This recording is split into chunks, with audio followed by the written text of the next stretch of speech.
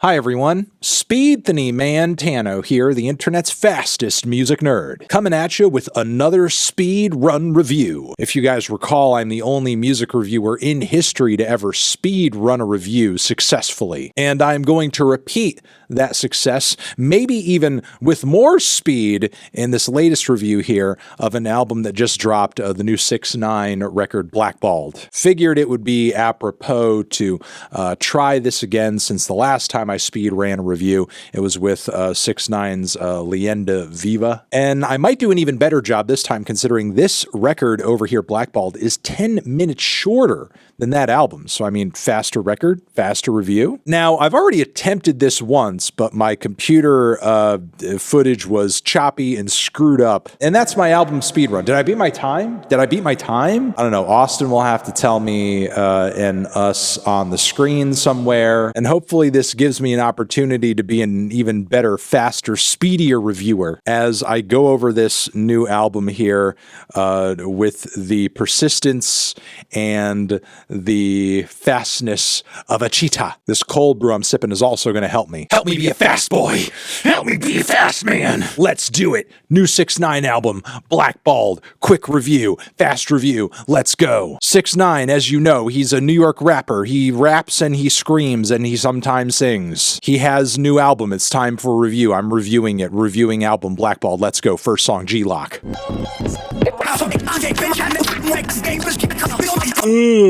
Oh man, I'm getting sleepy 30 seconds in. Kind of just like my first time listening to the album. I got sleepy 30 seconds in then too.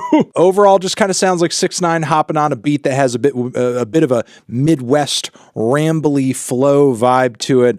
Seems like he's trying to do a TJ thing, a Babytron thing, but he doesn't have the lyrical wit or charisma to pull it off. Just feeling like a bleh on this one. It's boring. Let's listen to Goo.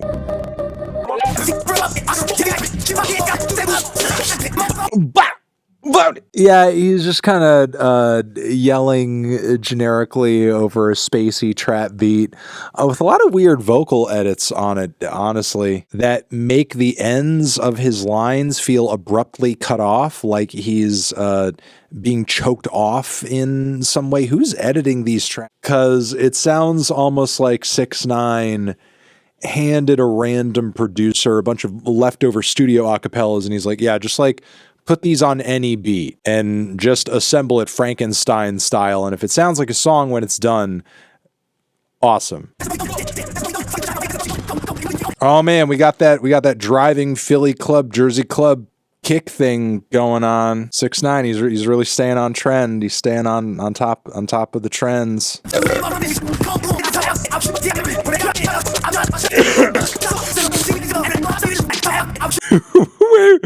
What is going on here? I can't go to sleep though. Everybody got time for that. Just give a little bro with a op pack. Once I beat it, if she eat it, just know I'm a dog and a fruit snack. God, it's like his writing has gotten worse, but not even worse in a way to where it's funny. All right, let's continue on to the song Fa. All right, whoever this guest singer is on the track, catchiest thing on the album by far. I mean, we're only a few tracks in. Maybe that's not saying much, but still. Meanwhile, 6ix9ine is doing his auto crooner thing, and I feel like there's probably at least a dozen different mainstream artists who would do exactly this, but better. Namely dudes he's had beef with, like Lil Durk.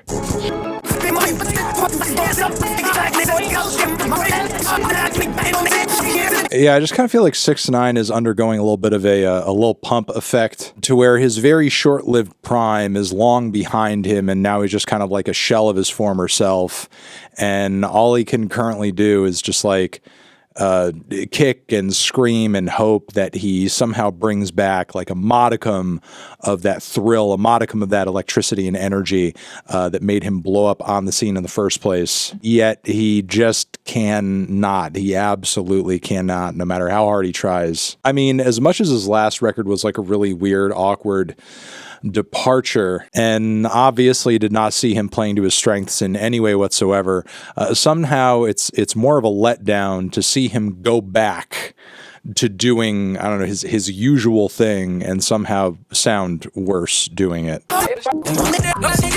Okay, well, I just moved on to the next song, buddy. Once more, hearing 6ix9ine not yelling his brains out, again, as much of a punch that doesn't have today. Hearing him kind of just rap or deliver in a sort of understated way just kind of serves as a reminder that he doesn't really have a whole lot of versatility, not a lot of tools in his artistic tool belt. So as a result, when he does try something different, he doesn't stand out in any way, shape, or form whatsoever. Not lyrically, not vocally, not melodically, not in terms of his beat choices either. He's really just like kind of putting out filler just to have something out and about. All right, let's move on to Simi. Just the titles get worse and worse. I need to start proposing future 6ix9ine song titles. Loopy, Poo Poo, Dog Goo, Yippee, Flim Flam.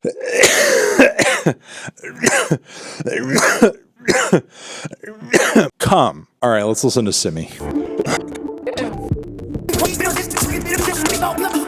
Okay, not to throw out an overused critique or comparison that's all over the internet these days, but sounds AI. This doesn't sound like 6ix9ine. It sounds like this was generated in a program that was told to make a 6ix9ine song and like given a bunch of his vocals from other tracks to like model them. And I guess the reason that's an easy critique to throw out there is that it just kind of feels like he's barely checking the boxes of the expectations that you have of any 6ix9ine song and not really giving you any sort of specificity or human touch beyond that. He's just copying himself, but it also kind of feels like he's copying a copy of a copy of a copy of himself. And he's just losing more flavor and more personality the further he goes along. Let's listen to Nada, which thankfully is the shortest song on the album. Are you dumb?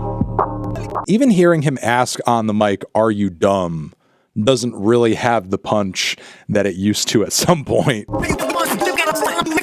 You know, just like a lot of rappers these days, like all the lines I'm hearing are punched in over and over and over. But the thing is, like, if you're going to do punch-ins, they got to be smooth. You got to have whoever's editing them and pulling them together doing a great job so it doesn't sound awkward as you're jumping from line to line.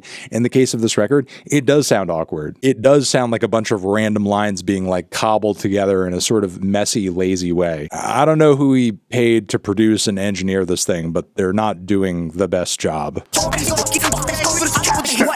His lyrics get more and more ridiculous. I am with the he say, she say, she say, he say, boy. 6ix9ine said what? Is this a who's on first thing? What the fuck? Also, later, she got that sloppy, woppy, hossy, talky, suck me like a slut.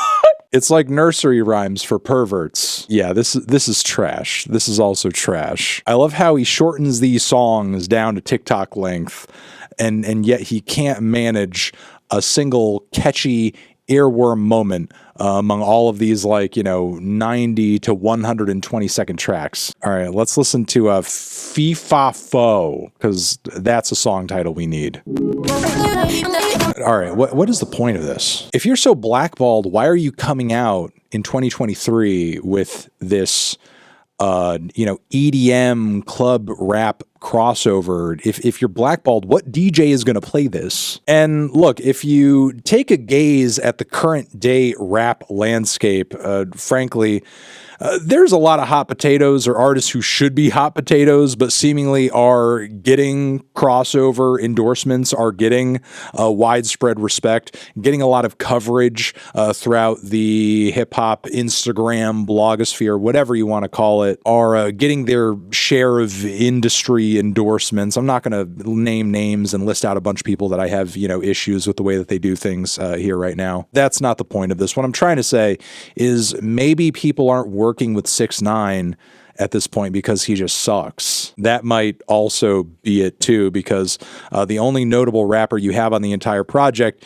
is Kodak Black on the last track, and this is the song that made waves across the internet because he pretty much named you as a snitch in his verse, which frankly, to turn around and put this track on your record is a wee bit embarrassing, should be a wee bit embarrassing. But yeah, in 2023, I don't think anybody is like looking at 6ix9ine being like, oh, that guy working with that guy, that would be a really immoral decision. I don't think mainstream artists are worried about the optics of working with you. I think they're just worried about your whackness and the fact that over the years you've turned yourself into an internet clown show. And also, you know, again, your 15 minutes, they're over. They're done. Whatever the hell this cobbled together mess of a project is, it fails to even live up to the quality bar of what, your 2018 record, the Dummy Boy record, which that was already like a novelty trash record to begin with. But hey, at least it had a few bangers. At least it had a few hard-hitting moments. At least it had a few thrills on it. This doesn't even have that. So the thrill is gone, the beats are gone, the vocals are gone, the energy is just really not there. 6ix9ine, empty shell of his former self. Nothing exciting or cool or interesting going on here. And I think we can all just move on. Bam. Feeling a light, decent 1 on it. Did I beat my previous time? Thank you for watching. Over here next to my head is another video you can check out. Hit that up or the link to subscribe to the channel. Anthony Fantano, 6ix9ine, blackballed for never.